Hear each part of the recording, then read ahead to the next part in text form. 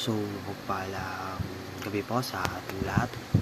Ako po si Aaron Steven R. Aquino and muli, welcome po ulit sa ating 365 Daily Devotions with Pastor Russell Ocampo.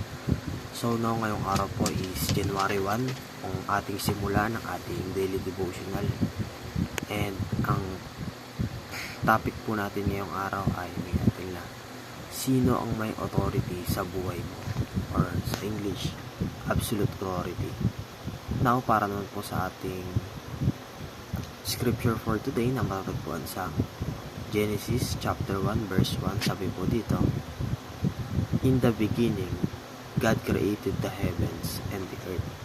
Or sa Tagalog naman po, nang pasimula, nilikha ng Diyos ang langit at ang lupa. And para naman po sa ating katuruan ngayong araw, first is, all people have different authorities in life. So, lahat daw po tayong mga tao ay may kanya-kanyang authorities in life. Pag sinabi po natin authorities, kumbaga ito yung pinaka sinusunod natin sa buhay. Halimbawa na lang is, yung ibang mga tao, yung nasa isip nila, yung pinaka-authority nila is yung nanay nila or yung mga parents nila or yung mga asawa nila, which is lingid sa kaalaman natin na ang pinaka-authority talaga natin is, alam naman natin na si Jesus Christ lamang. Kumbaga, kung ano yung nakalaan or sinabi sa atin ni Christ, syempre, ayun dapat talaga yung masusunod. Pangalawa naman is, God and His Word is our absolute and eternal authority.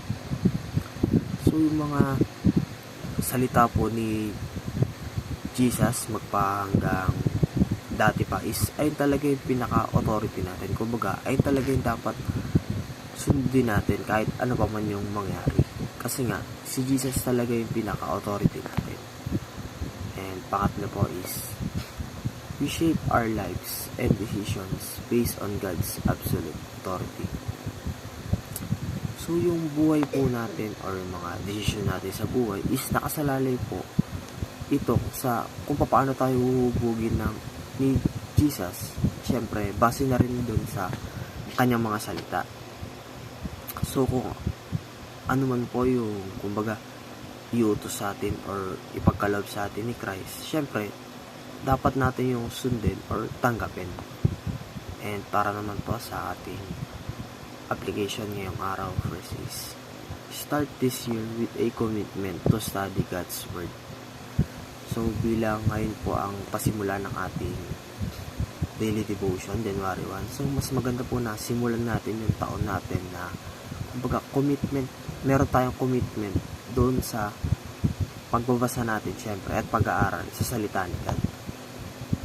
Nang sa gayon ay, kumbaga, maganda yung simula ng ating taon.